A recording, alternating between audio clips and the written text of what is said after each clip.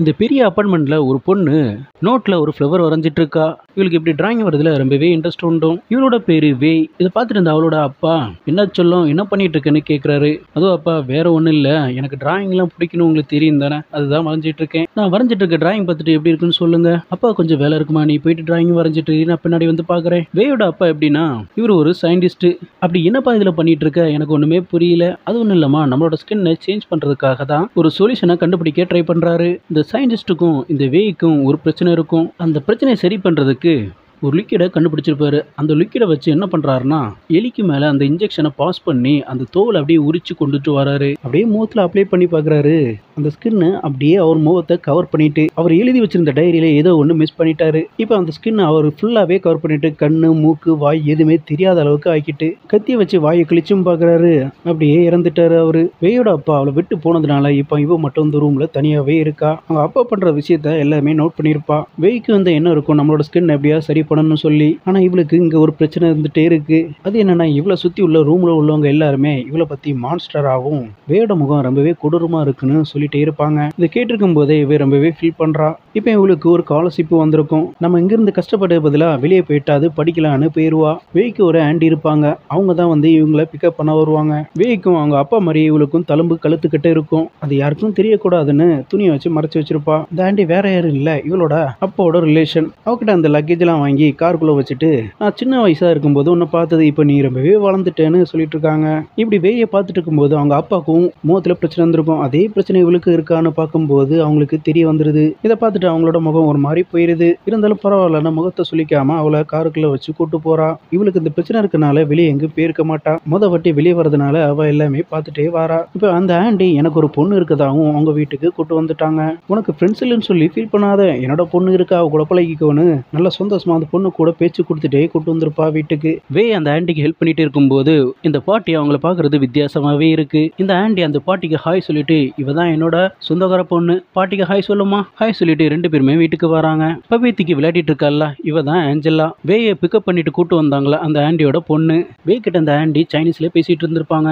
Angel அதை பார்த்துட்டு, என்னம்மா உங்களுக்குள்ள ஏதோ பேசிட்டு இருக்கீங்களே, என்ன லாங்குவேஜ் நான் தெரிஞ்சுக்கலாமான்னு கேட்கறேன். அதுக்கு வே, எனக்கு நல்லாவே இங்கிலீஷ் பேச தெரியும்னு சொல்லிடுறா. ஏஞ்சலாவும் ரூமுக்கு போயிட்டா. அதுக்கப்புறமா இவளுக்குன்னு தனி ரூமு கொடுத்துருப்பாங்க. அதுக்குள்ள லக்கேஜ் எல்லாம் செட் பண்ணிட்டு இந்த டைம்ல ஏஞ்சலோட சவுண்டை கேட்டுட்டு அவர் ரூமுக்கு தேடி போறா. வேக்கு அவளோட ஸ்கின்னை பார்க்கும்போது ரொம்பவே பிடிச்சிருந்து. அதுக்காகவே அவ என்னதான் பண்றான்னு அவ ரூமு கிட்ட போயிட்டு பார்த்துட்டே இருப்பா.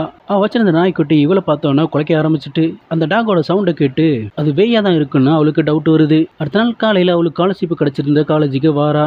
வே எல்லார்கிட்டையும் பேசுறதுக்கு கொஞ்சம் கூச்சப்படுறா. கையில வச்சிருந்த போன் எடுத்து பாக்குறா. கிளாஸுக்கு டைம் ஆயிடுச்சுன்னு ஓடி போறா. நம்மளும் இந்த மாதிரி காலேஜ் படிக்கும் போது எத்தனையோ வாட்டி டைமுக்கு காலேஜ் போறதுக்கு மிஸ் பண்ணிருப்போம். கிளாஸ்க்கு லேட் ஆயிடுச்சு, அது ஒன்றும் இல்லை, வாமா வந்து உட்காரமா. ஃபர்ஸ்ட் பெஞ்சில் 4 லேடி இருப்பாங்க. அவங்கள வச்சுதான் இனிமே கதையில சுவாரஸ்யம் இருக்க போகுது. வேய்க்கு அவங்க கூட பேசணும் பழகணும் ஆசை இருந்துட்டே இருக்கு. இந்த டைம் பார்த்து கிளாஸ் எடுத்துக்கூடிய ப்ரொஃபஸர் வேய்னு சொல்லக்கூடிய பொண்ணு தான் 100க்கு 100 எடுத்திருக்கான்னு அனௌன்ஸ்மெண்ட் கொடுக்குறாரு. அங்க இருந்த 4 பேரும் அதர் ஸ்டூடெண்ட்டும் யாருமே கண்டுக்கவே இல்லை அவளை. இந்த காலேஜில் உள்ள ஸ்டூடெண்ட்ஸ் எல்லாமே மாடர்னா இருப்பாங்க.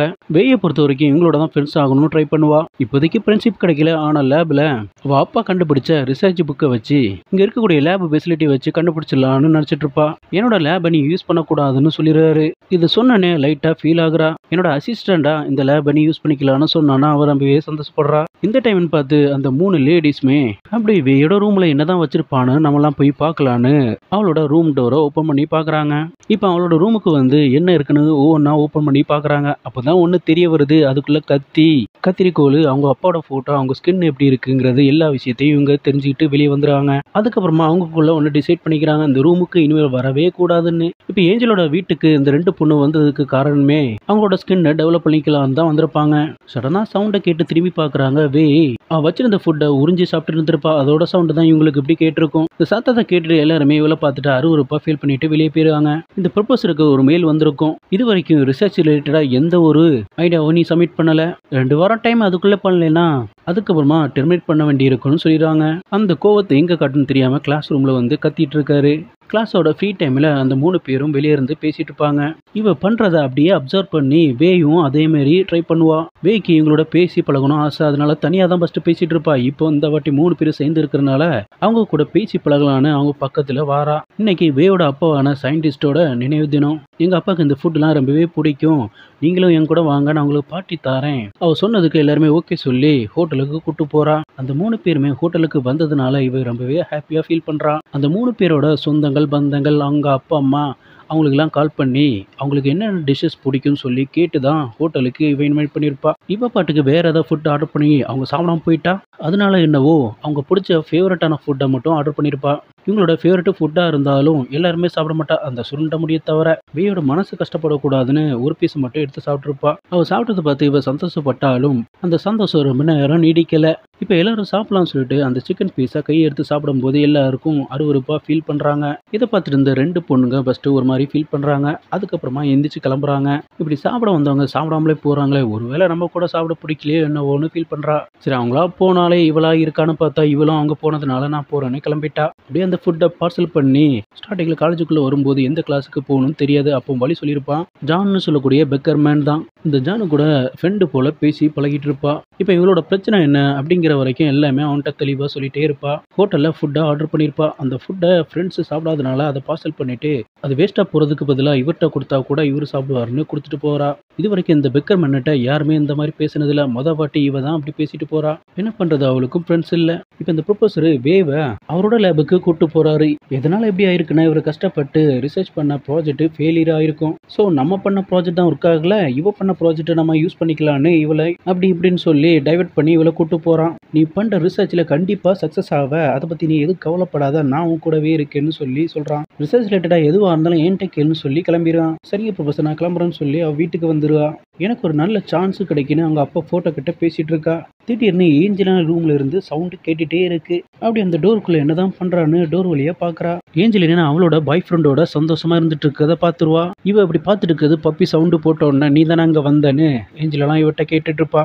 நம்ம அழகா இல்லைனால தான் நம்மளை யாரும் பார்க்க மாட்டுக்காங்க, பேச மாட்டுக்காங்கன்னு ஃபீல் பண்றா. அதுக்கான சொல்யூஷன் நீ தான் கண்டுபிடிக்கணும். எப்படியாவது உன்னால கண்டுபிடிக்க முடியும்னு எனக்கு தெரியும். நான் உன் கூட சப்போர்ட்டாவே இருக்கேன்னு மறுபடியும் சொல்லிட்டே இருக்கான். வேக்கு தெரியாது அவன் தன்னுடைய ரிசர்ச்சை யூஸ் பண்ணிக்க போறான்னு. அவனோட ப்ராஜெக்டை எப்படியாவது சக்ஸஸ் பண்ணிடலான்னு ட்ரை பண்ணியிருப்பான். ஆனால் ஃபெயிலியர் ஆயிருக்கும். 2 வாரத்துக்குள்ள ப்ராஜெக்டை சப்மிட் பண்ணணும். இல்லைனா இவனை இந்த ப்ராஜெக்ட்ல இருந்து டெர்மினேட் பண்ணிடுவாங்க. அதுக்கு தான் வேயை யூஸ் பண்ணி அந்த ப்ராஜெக்டை 3D இவன் பண்ற மாதிரி பேட்டர்னை மாத்திட்டு இருக்கான். இது தெரியாம ரொம்ப நேரம் ஹார்ட் ஒர்க் பண்ணி ட்ரை கண்டுபிடிக்க ட்ரை பண்ணுவான் அந்த சொல்யூஷனை. எப்படியாவது என்னோட ஸ்கின்னை சரி பண்ணணும்ப்பா, நீ தான் என் கூட இருந்து ஹெல்ப் பண்ணணும்னு சொல்லி அவங்க அப்பாட்ட கேட்டுட்டே இருக்கா. இந்த டைம்ல அவ என்னெல்லாம் ட்ரை பண்ணி சொல்யூஷன் ட்ரை பண்ணாலும் கரெக்டாக அது சக்சீட் ஆகலை. இதை பார்த்துட்டு ப்ரொஃபஸர் ரொம்பவே டென்ஷன் ஆகி, நீ இதுக்கெல்லாம் லாய்க்கு இல்லை, பேசாம இங்கிறது கிளம்பு, உனக்கு பதிலாக சுருட்ட முடி இருக்கா, அவளை நான் அப்பாயின்மெண்ட் பண்ணிட்டேன். இதை கேட்டவனை ரொம்பவே ஃபீல் பண்றா. அந்த சுருட்ட முடிகாரி இவட்ட, நான் இதுக்கு எனக்கும் சம்மந்தம் இல்லை, நீ தான் ஆல்ரெடி ஒர்க் பண்ணிட்டு இருக்குன்னு தெரிஞ்சா நான் வந்திருக்கவே மாட்டேன், தெரியாம தான் நான் வந்தேன் அப்படின்னு சொல்லி சொல்றா. இதை கேட்ட அப்புறம் தான் வேயே சந்தோஷப்படுறா. இப்போ தான் அவளுக்கு கீழே இருந்து ஒரு ஃப்ளவர் கிடைக்கி. இந்த கதையோட ஸ்டார்டிங் சீன்ல ஒரு டிராயிங் பண்ணியிருப்பா. அது வேற எதுவும் இல்லை, இந்த பூ தான். இந்த மாதிரி ரேரான பூவை கண்காட்சியில் வைக்கிறதாவும் இன்ட்ரெஸ்ட் உள்ளவங்க இந்த அட்ரஸ்க்கு வந்து பார்க்கலான்னு அதில் இன்வைட் பண்ணியிருப்பாங்க. இந்த ஃப்ளவரை அவங்க அப்பாவோட நோட்டில் பார்த்துருப்பா. அந்த ஃப்ளவர் தான் வரைஞ்சிட்டு இருந்திருப்பா. அந்த ஸ்கின்னுக்கான ப்ராப்ளத்தை சரி பண்ணக்கூடியதான் அந்த ஃப்ளவர்.